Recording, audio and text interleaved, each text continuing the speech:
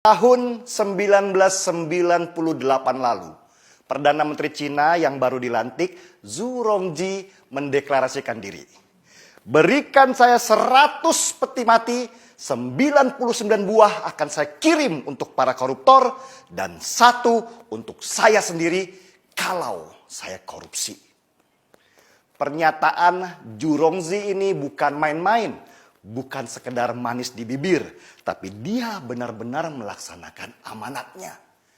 Tidak berapa lama sesudah dia berniat memberantas korupsi di Cina yang sudah berakar di sana, seorang pejabat Partai Komunis Cina ditangkap dan dihukum mati. Padahal orang itu adalah teman satu partainya sendiri. Koruptor itu diarak di jalan, ditembak di belakang kepalanya. Seluruh hartanya disita oleh negara dan keluarganya disuruh mengganti peluru yang dikeluarkan untuk menembaknya mati. Kejam? Banyak yang bilang begitu. Dan kelompok hak asasi manusia yang berpusat di Amerika seperti biasa teriak-teriak, protes, tidak boleh ada hukuman mati karena manusia punya hak untuk hidup. Tapi Cina tidak peduli. Ribuan lagi koruptor mereka tangkap dan mereka tembak mati. Bahkan proses eksekusinya saja mereka siarkan di televisi supaya ada efek jerah. Dan hasilnya ekonomi mereka meroket. Mereka sekarang sejajar dengan negara-negara maju di dunia dengan aset ratusan ribu triliun rupiah. Bahkan mereka berani head to head masalah ekonomi dengan Amerika. Bisakah Indonesia menjadi seperti Cina pertumbuhan ekonominya? Bisa, asal mau sedikit kejam terutama pada koruptornya. Indonesia sama seperti Cina sebelum tahun 1998. Korupsi sudah menjadi budaya dari atas sampai bawah. Kalau nggak korupsi, rasanya badan nggak enak. Soalnya di sekitarnya begitu semua. Pertanyaannya, beranikah Indonesia? Wacana hukuman mati untuk koruptor di Indonesia sebenarnya adalah wacana lama. Tapi tidak pernah berhasil dilaksanakan. Ya gimana? Wong untuk itu harus dibuat undang-undangnya dulu. Yang membuat adalah DPR.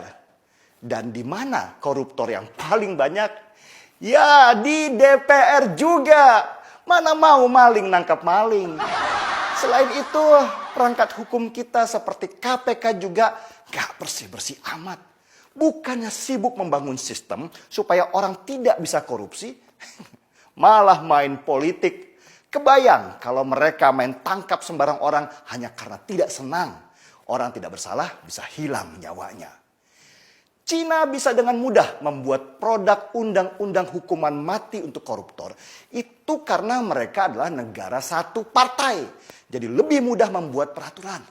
Sedangkan di Indonesia ada banyak partai, banyak kepentingan. Mau bikin produk undang-undang saja berantemnya nggak selesai-selesai. Tapi pas gajian, nagih duluan. Para anggota DPR yang mayoritas dari partai itu punya konsep yang mirip-mirip Julius Caesar, Vini, Vidi, Vici. Kami datang, kami lihat, kami taklukkan. Tapi mereka modifikasi sedikitlah dengan kalimat, kami datang, kami absen, kami ngorok di ruangan, dan kami pulang. Jokowi sendiri sudah mulai menyatakan, kalau rakyat yang minta, bisa saja ada hukuman mati untuk koruptor. Tapi ya itu, siap nggak DPR-nya bikin undang-undang? Dan wacana ini kembali bergulir dengan harapan tinggi, meski nggak pernah terjadi. Mirip-mirip timnas sepak bola Indonesia yang selalu menjanjikan juara, tapi selalu pulang dengan tangan hampa. Kalah sudah biasa, kalau menang itu baru luar biasa. Sulit sekali negeri ini menghukum mati para koruptor di sini. Bahkan Fadly Zon, petinggi Partai Gerindra, pernah tanpa malu-malu menyebut kalau korupsi itu oli pembangunan. Kalau nggak ada korupsi, negara nggak jalan. Nah loh, gimana mau bikin undang-undang? Mungkin hanya di Indonesia koruptor diperlakukan seperti raja. Dikasih baju kebesaran warna oranye, terus dadah-dadah di depan kamera dengan senyum lebar di wajah. Nanti di depan pengadilan yang laki pakai kopiah dan yang wanita pakai kerudung mendadak syariah. Lalu di penjara mereka bisa bayar untuk dapat ruangan mewah, bahkan bisa jalan-jalan dan nginap di hotel mewah.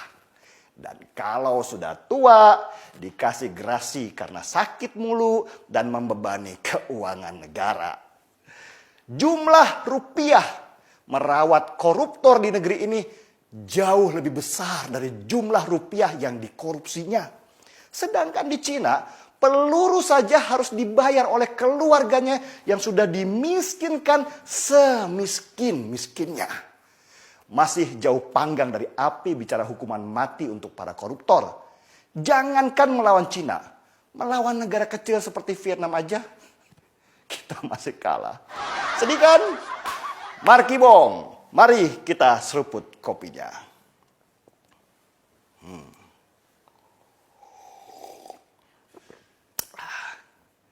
Saya Denny Siregar, kita di acara